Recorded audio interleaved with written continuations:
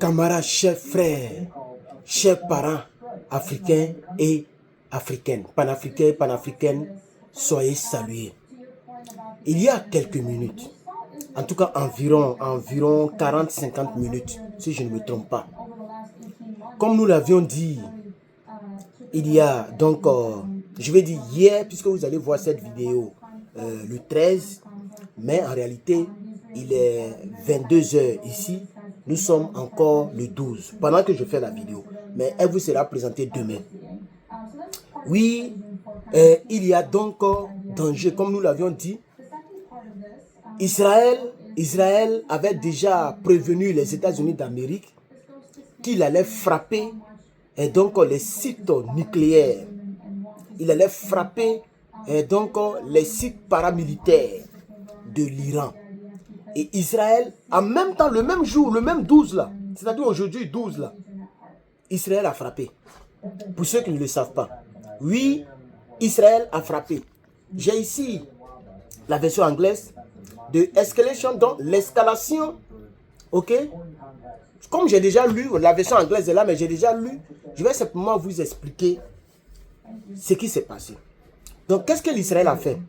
Israël a contacté la Maison Blanche, ok, pour leur dire que nous, on va frapper. La Maison Blanche a décliné l'offre. La Maison Blanche a dit que bon, nous, on n'est pas dedans. Si vous voulez frapper de vous-même, nous, on n'est pas dedans. Mais nous, on ne conseille pas. Et Israël a dit, même le gars là, il a parlé. Netanyahou, il a parlé. C'est parce que je ne retrouve pas sa vidéo, mais il a parlé. Et j'ai ici une vidéo très bizarre que peut-être je vais partager et mettre ça dans le groupe, dans mon groupe Telegram. Hein, allez-y adhérer à mon groupe Telegram. C'est Herman le Patriote. Voilà mon groupe Telegram. Hein? Il y a donc le chef. Ok, on dit Israel launches major strikes on Iran nuclear sites, strategic access, killing the top military chief and nuclear scientists. Ils ont tué un gars, ok, et Ayatollah, le doyen de l'Iran, Ayatollah, a dit que l'Iran va punir, c'est le mot qu'ils ont utilisé. L'Iran, Israël va subir, comme, attends, le volume est trop là, bon c'est pas grave. Israël va subir, ok, une grande punition de la part de l'Iran dans les heures qui arrivent. C'est-à-dire, pendant que vous êtes en train de dormir, ce n'est pas bon. La nuit ici est gâtée. Marc Rubio, le secrétaire d'État américain actuel, Marc Rubio a fait une sortie pour dire que nous, on n'est pas dedans. Les frappes qui ont eu lieu, nous, on n'est pas dedans. Voici même le gars qui a été éliminé. Là, voici ici. Voici le gars qui a été éliminé. C'est lui qui est en haut là. Voilà.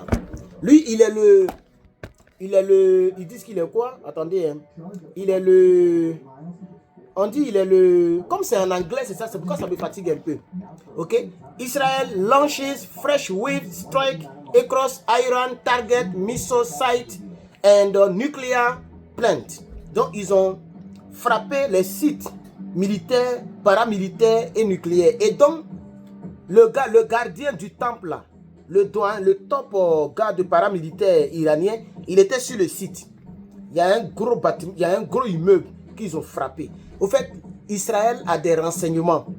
Israël a des renseignements, dont les renseignements d'Israël, les services de renseignement, ont donné la position exacte de ce gars-là. Ok? Ce gars-là, je ne sais pas comment il s'appelle. Ils n'ont pas mis son nom ici. Ils n'ont pas mis son nom. Mais il s'appelle, mais voilà ça ici. Il s'appelle Général Hussein Salami. Général Hussein Salami, il est le chef de Iran, c'est en anglais, donc on dit the head, la tête of Iran's Islamic Revolution Guard Corps. Ok, donc il est le doyen de la garde paramilitaire israélienne. Ok, donc voici un peu ce que Israël est en train. Voici une photo, je ne sais pas si vous pouvez la voir. Voici une photo des frappes, ok, qui ont eu lieu sur ces sites là. Voilà, sur ces sites là. Et donc, chers camarades, les États-Unis, Donald Trump n'a pas encore parlé. Mais demain, comme il fait nuit aux États-Unis actuellement, il est 22 heures. Bon, ici il est 22 heures. Ça veut dire de l'autre côté, il est peut-être 1 heure, 2 heures du matin, peut-être à 3 heures d'écart entre Washington et Californie. Donc là-bas, peut-être il est 22 heures, 23 heures, minuit, 1 heure. Donc il est 1 heure du matin. Donc c'est Marc Rubio seulement qui a parlé, qui a fait une petite déclaration. Marc Rubio.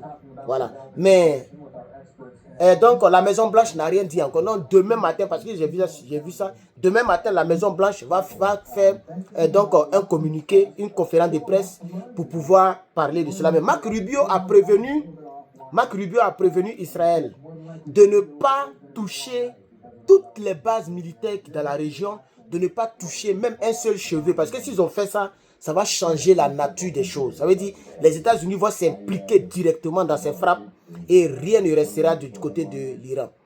L'Iran aussi a des alliés. L'Iran a des alliés. Vous savez que la Russie est l'allié stratégique de l'Iran, etc., etc. La Corée du Nord n'attend que ça. Voilà, la Corée du Nord, elle est prête, elle attend qu'un petit froufrou pour frapper. Donc, le monde actuellement est sur un pied. Le monde actuellement, ça ne va pas. Israël est en train de créer une autre crise bizarre. Et j'ai écouté Netanyahou à la télévision. Je ne retrouve pas la vidéo de Netanyahou. Malheureusement, j'allais vous traduire ça. Mais Netanyahou a parlé.